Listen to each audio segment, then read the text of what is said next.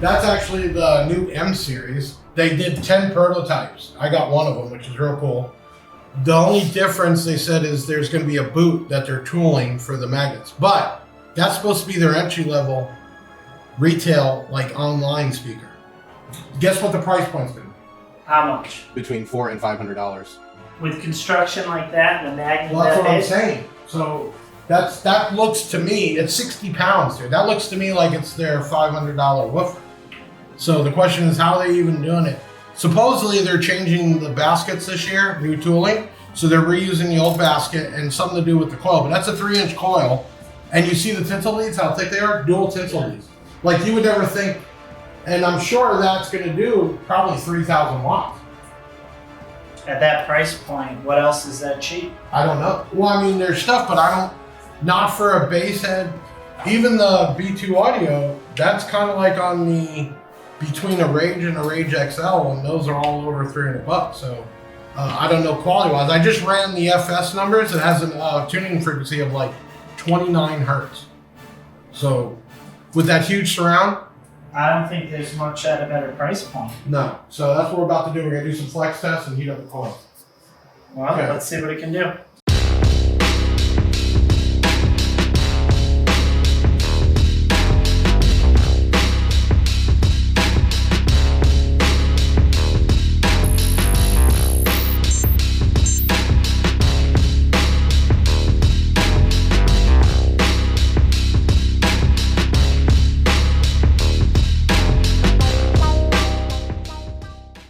Hey, good Jeff, and we're gonna call this an unboxing, and I'm really happy. This is the new M-Series from Sundown.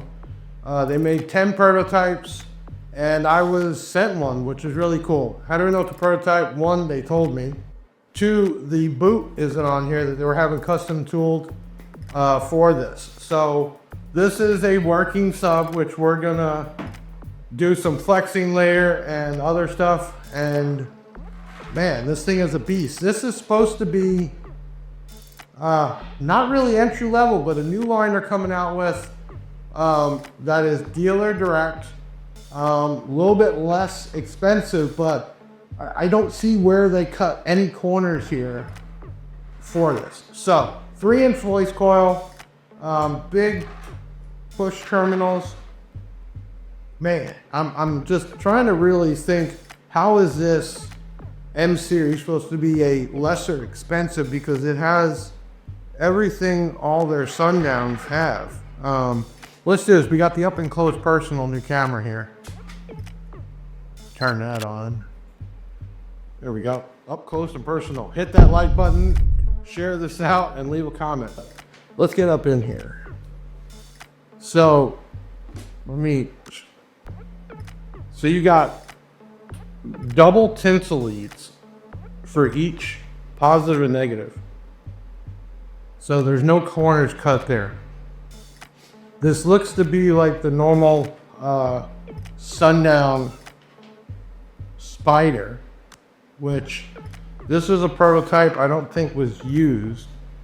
It's got some flexibility, but it's pretty thick. I can't explain when you're touching it how strong it feels. Now, I'm not sure if the prototype's the only one to have this. It looks like there's like an epoxy here that they epoxied this Spider down.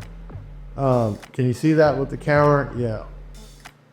So that's definitely not going to come off, but I don't see where it was made to be screwed down. So I'm not sure if they're going to be epoxy, which is pretty cool. It'd probably be a pain in the ass if you ever had to recone it, okay? Double stitch. I mean, it's got the big high surround. Let me get in here now. This is the cool thing about this up and close. So I'm able to actually get in here and see the coil. Why do I have to do it this way? Let me back it up. Normally you would see the coil somewhere like here. It's not. So this design, which you could see, their plate has the Sundown logo on it right here. That actually says Sundown. Hopefully you can see it a little bit. And then when you get in there, that's where the coil is. And it looks like a high temp coil. It's really cool to get in the speaker. All right, let's. Okay, give me a second. Turn on the Big Jeff cam. Big Jeff cam activated. A little bit more review here. Okay, so I'm gonna spin this around so you can get up close and personal. One, I think we just weighed it and it was like 56 pounds. This little beast here, that is their entry-level M-Series, has got some serious weight. You have 1, 2, 3, 4 slugs. And you can see maybe better with this camera here. Let me go from the other side. This is actually epoxy. So again, I don't know if that's the prototype or not. No rubber boot on top. This is all their Sundown frame. So I mean, right away looking at it, you can tell it's a Sundown woofer. But I just don't, man, this thing just looks pretty badass. Okay, let's tip this over and get some more. All right. So look in here, you have your, let's turn the Big Jeff cam, there you go. Can they see? There we go. So you have your portholes, normal. That's beveled right here. Let me see the up close and personal again.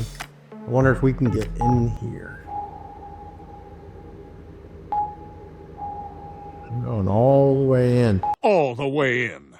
How often do you see that on YouTube? Okay, so let me angle this right. Hold on, guys. This is all new. We're trying new stuff here for the new year. Okay, so I am in the magnet, going all the way up, which I'm in there. It's all in there.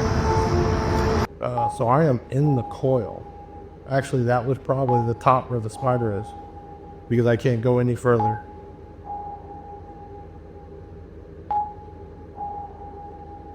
Okay, so that's what it looks like inside your magnet. Some people call it the porthole, vent, whatever you want to call it. Okay, and then these are actually portholes. Put it back on. This is 2 small portholes for me to get in. As you can see, those are all the way in there. I want to kind of see something in there. Just dust, but that's also made for venting. Okay, and then what I was talking about, hit that Big Jeff cam on. The only place you get to see the coil is here. So I mean, this thing's a beast. That's where I'm confused to say, and I don't have all the information, everybody. I will find out. We can run a DAT test if you want, but if I give you the numbers, don't lock in, because again, this is a prototype. According to them, they're only, the boots are gonna change, but they might have changed some. So I'll run the numbers anyway. So give me a minute, hit that like button, leave a comment. You can always leave another comment. I'm gonna go hook up the DATs. Let's run some numbers on this. Oh, we're back. Okay, we're back. So what do I have going on here right now? Well, I brought the woofer over here. I got a multimeter to check the impedance because this wasn't labeled. I also have back here, which you probably could see here, there's a Dayton Audio DAT V3. Okay, so we're gonna be using that. Now, when I first measured, and this is a question all the time, people call in messaging us with different speakers. Right now, this coil is reading 2.6 on this side, which is kind of weird, okay? And on the other side,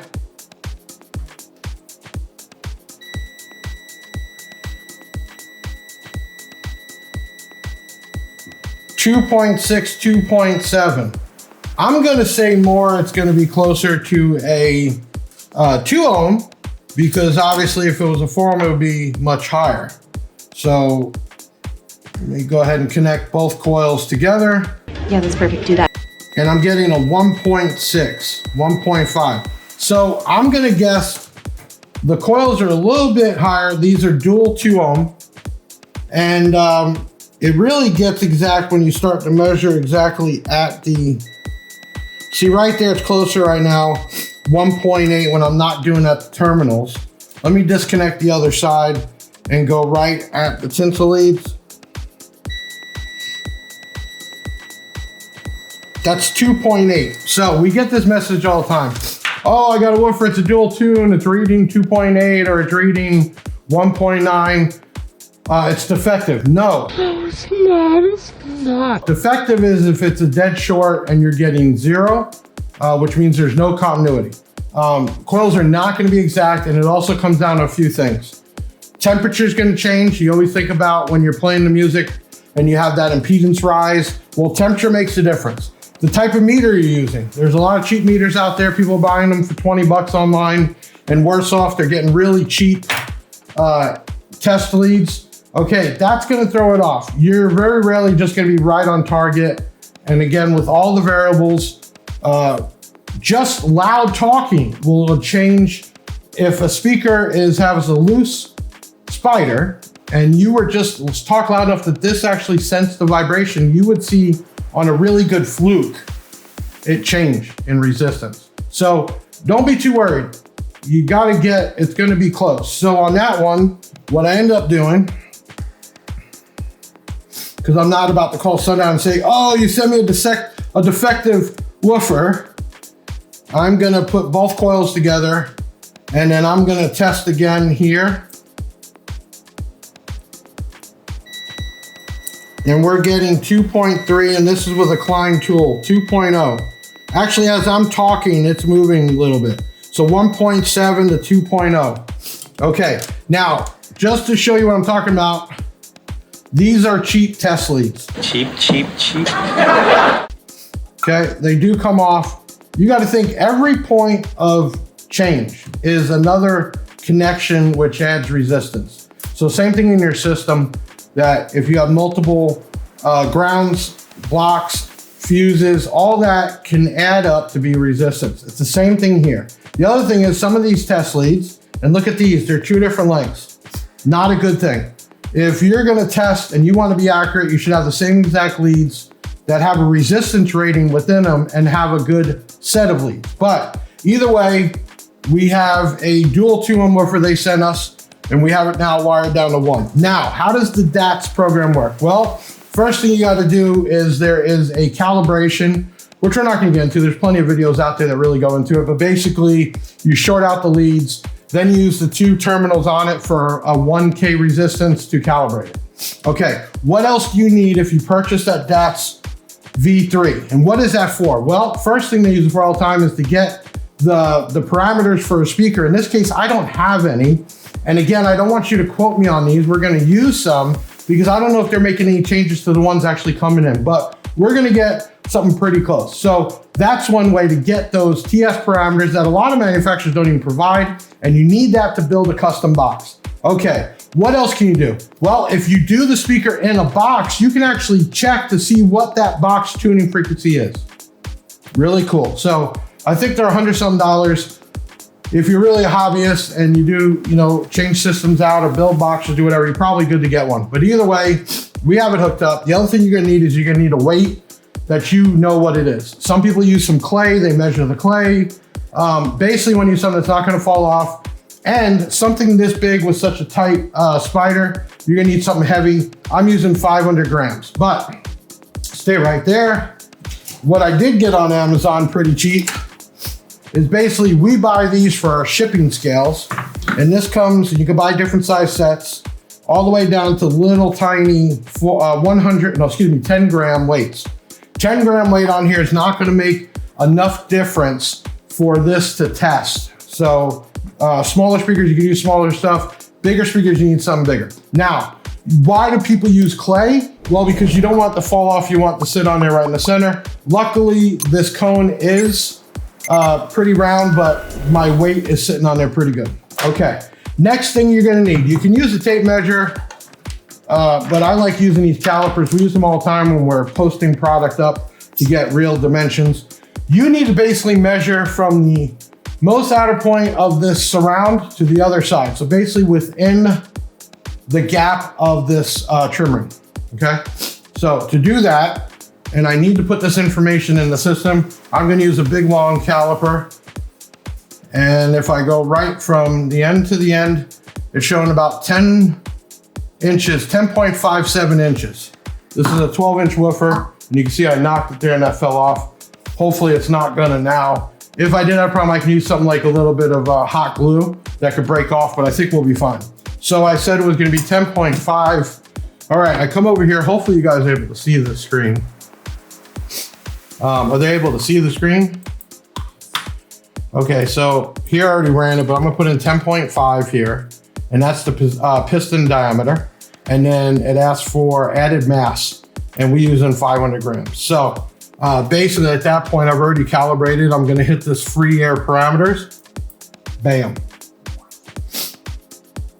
Now, I'm gonna take my hat off because my microphone's on there. I'm gonna hit it one more time. I want you to hear something real quick. Let's see if they can hear this. All right, I'm gonna rerun. Okay, if you heard that, that's a tone that it sends. And it basically sends this tone to get the resistance or the numbers, right? It sends it through the speaker. And that is a super, I don't even know how they make this stuff. That's what fathoms me, what goes in to actually design a box this big that can do this. But basically what this is showing me, and hopefully you guys can see it, but I'll do a screenshot and Ben can put this up. Right here, the biggest thing that everybody worries about is FS. And this says that it is tuned to 24.97.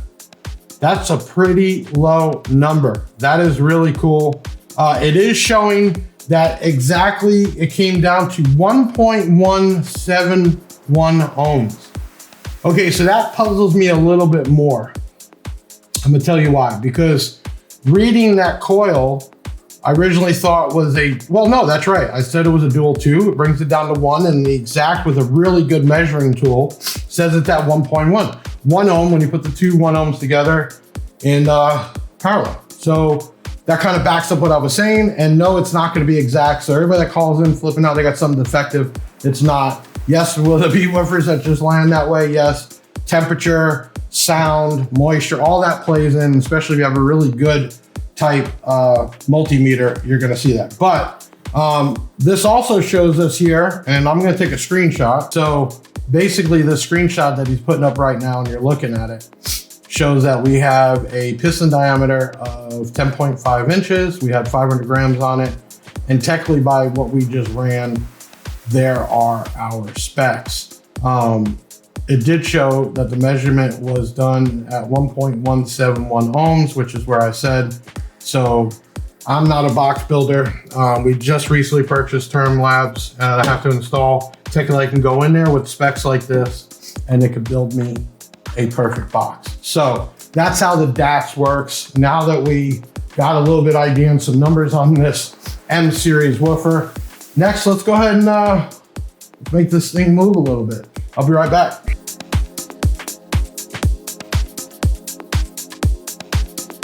All right, YouTube magic. Let me explain some of this mess real quick.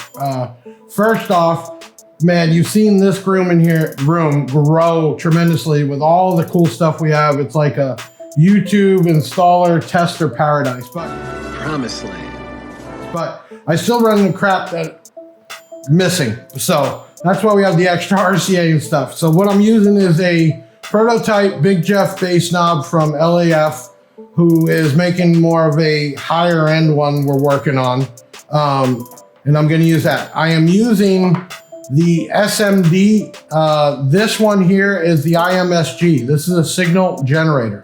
What does that mean? We're able to put out different frequencies and adjust. You can do sine waves, all types of cool stuff. And this is perfect for this flex test instead of me putting in different frequencies or Bluetooth or stuff like that. So I'm using that. Okay, so I can adjust. Now, coming over here, you guys seen in past videos, this was a old network rack that we used when I had the big full size made. And we turned this into a speaker holder to do flex testing.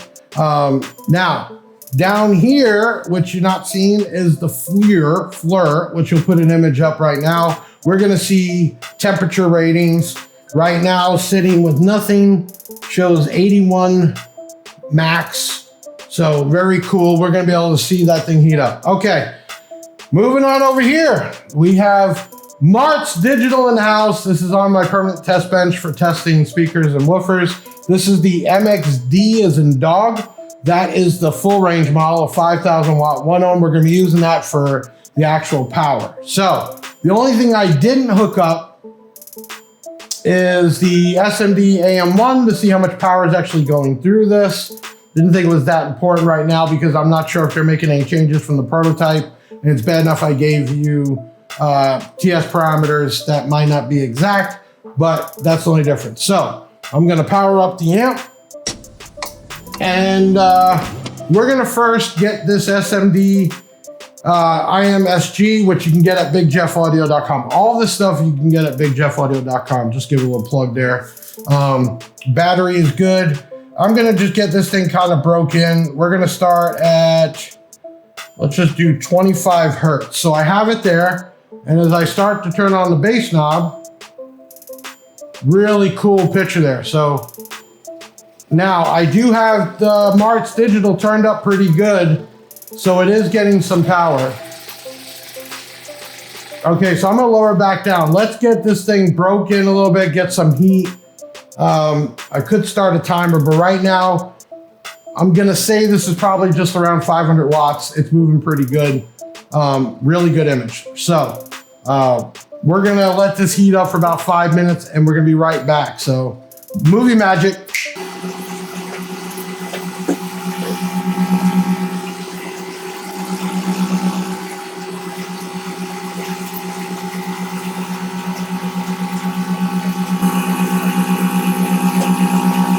Okay, we're back. That was movie magic. It's been running for about 3 minutes, as you see. And to be honest with you, which we'll show some of these images, it hasn't even gone up really a degree, a couple tenths.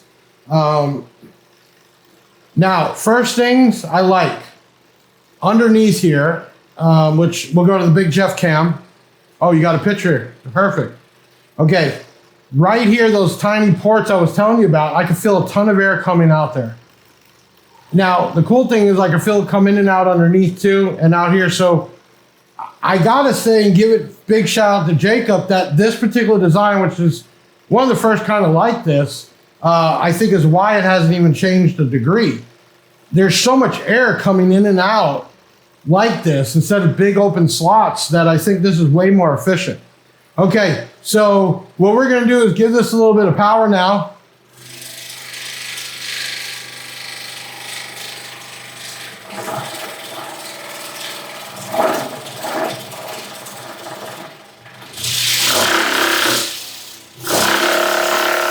All right, we're about 35 hertz. And we're about 50 hertz right now. 55 hertz, I'm giving it some power. We're gonna get this thing. There's probably a good, well over 1,000 watts going to it for sure. Right now it's loud in here. This thing is moving. I got it clamped down pretty tight. We're gonna go down, we're at 50.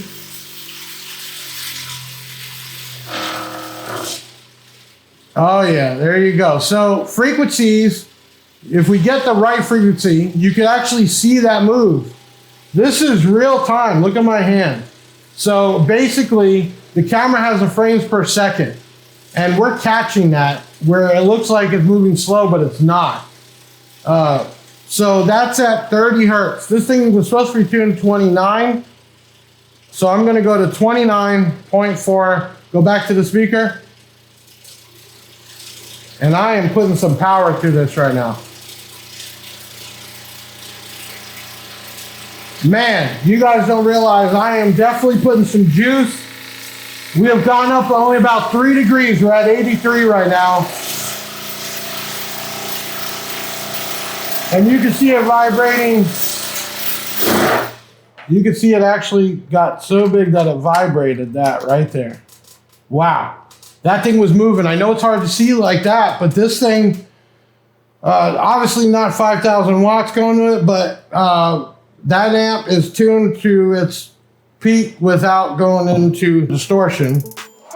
I'm gonna put this SMD back on. That's the only thing I hate. I know it saves batteries, but it shuts off after a period of time. Oh, battery low, that's why. Okay, so 29 hertz. I'm gonna give the full bass knob here. Don't do it! Don't So I don't know, we could hook up the SMD, but I don't think it really matters. I can tell you for sure it's gonna be 3,000 watts and more going through this.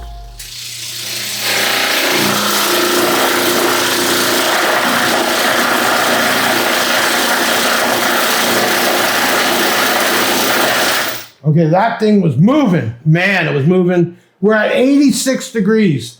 So we started at 81, it went up 6 degrees. We didn't even hit 100 yet. And I'm gonna tell you what, this thing's been moving for a while. All right, we're gonna go big. Go big or go home, baby. I hate to blow this up because we were talking about possibly giving this away, but let's see what this thing will do.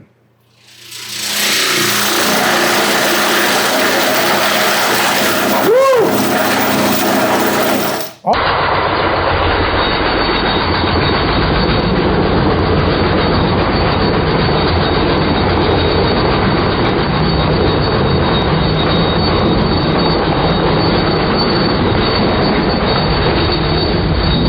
Holy cow, it was going so much that the whole rack was bouncing off the floor. I'm gonna do that one more time.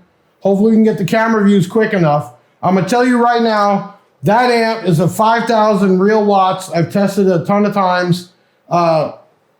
Man, we're sending some power, definitely well over 3,000, if not 4. Let's turn this back up and see this baby move. I'm at 29.5 hertz.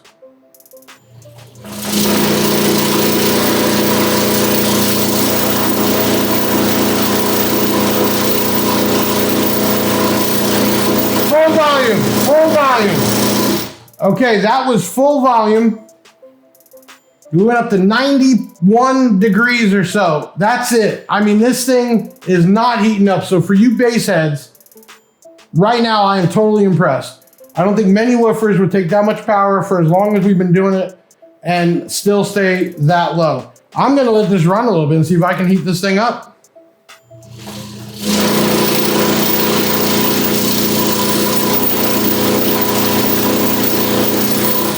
You know what? Let me grab the tape measure, Ben. Keep recording. These people are gonna love this. Let me see here. All right. Let's see, best camera view, actually right here. Okay, you ready? Let's turn this thing back up.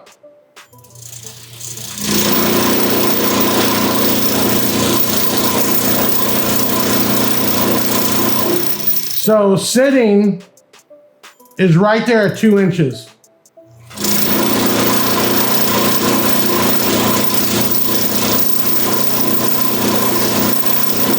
So that thing's going all the way down to 1 inch and all the way up almost 2 3/4. That's a lot of excursion.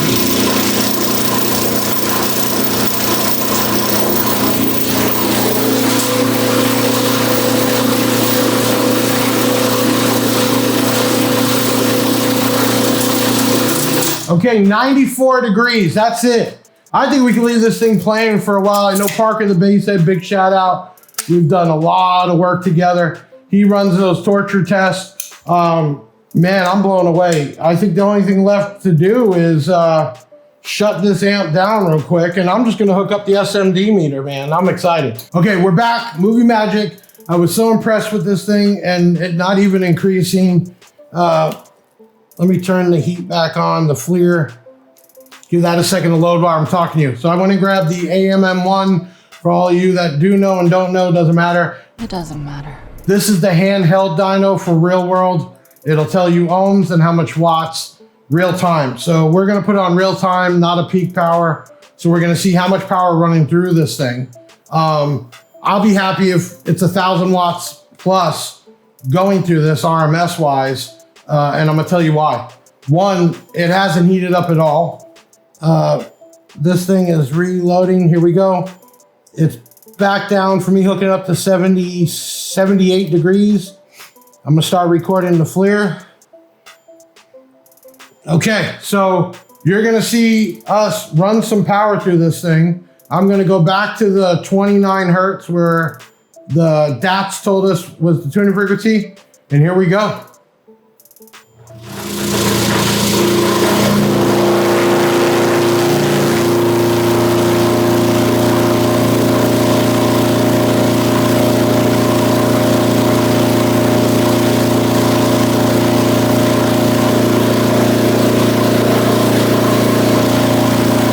Okay, so first thing I want you to notice, did you see that impedance rise? That's not even in the box, that's free air. And that's what I was talking about in the beginning of the video, that when you all test these with the fluke and the meter, one, it's gonna be so many variables, okay.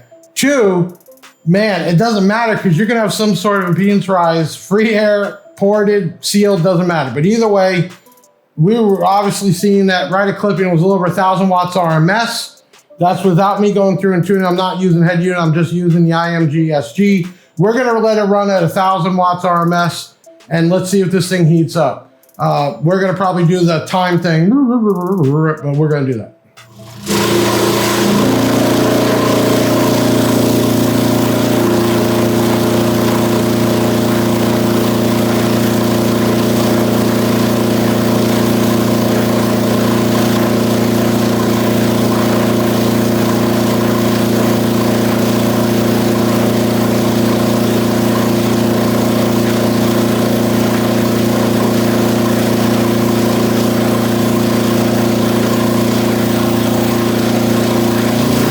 Okay, now that was a long, he'll probably put a total timer up of how long we went. And I'm gonna tell you right now, this expensive FLIR says we got up to about 135. Ooh, that's hot. Oh, that's hot, hot, hot. So it did get up there, but we went up to 135 degrees at 1,000 plus watts RMS, right on the border of clipping. This thing, and we've used this throughout the video, which understand 20 minutes of video is like 3 hours of shooting time. Really impressed with this M-Series woofer. Can't wait for them to come. We'll have them at bigjeffaudio.com. You know what? Probably gonna do giveaway. So make sure you share this video out. Make sure you leave a comment. Comment your name and location and tell me that you want to do a giveaway. Once we get enough views, likes, and shares between YouTube and Facebook, I'll put together, like we always do, a video, and we're gonna give this actual speaker away. You will have one of the 10 prototypes. That's how unselfish I am to give you up one that I would love to keep and just have it here in the Big Jeff Test Center, but I'm gonna give it away. Listen, this was a fun video. Not much you could do with flex test and that, but I hope that I brought some information, and we'll probably redo it when the actual one ships, which is real soon, and we'll do all this again. Please leave your comments, hit that like button, share. Listen, bigjeffaudio.com. We're a distributor, so if you're a dealer and you're looking for a place to buy wholesale, hit us up. And definitely, we're here for all you retail customers. And thank you for all the followers. This is one of the first videos of 2025, and I'm real excited. I had a real fun time. I got to use more stuff that we're getting here in the testing booth, and we're gonna keep growing this each year. So I'm Big Jeff from bigjeffaudio.com, repping Sundown Audio. Big shout out to them for sending me out a prototype. I'll see you on the next video. Take us out.